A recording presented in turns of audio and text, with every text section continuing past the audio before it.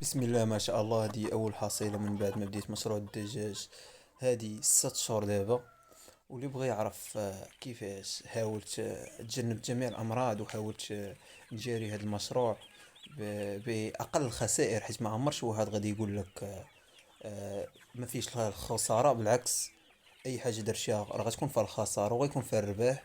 المهم هي تعرف كيفاش تجاري هذا المشروع، وان شاء الله غتلقى الربح. اللي بغى يعرف ما عليك غير دير واحد الابوني للقناه. انا مبقيتش لحت في القناه دابا 3 شهور حيت كنت خدام، مي المشروع كيبقى اول حاجه والاولى. ودابا ان شاء الله غادي نحاول نقلوح لكم فيديوهات.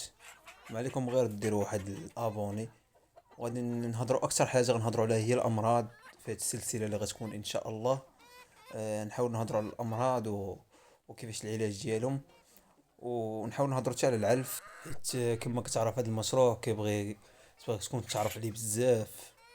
تكون ولاع ديال بصح باش تحاول تجاري هذا المشروع. وما تنساش حاجه واحده غير: توكل على الله ودير ثقه في الله، وغادي توصل لاي حاجه بغيتها، كنت متاكد.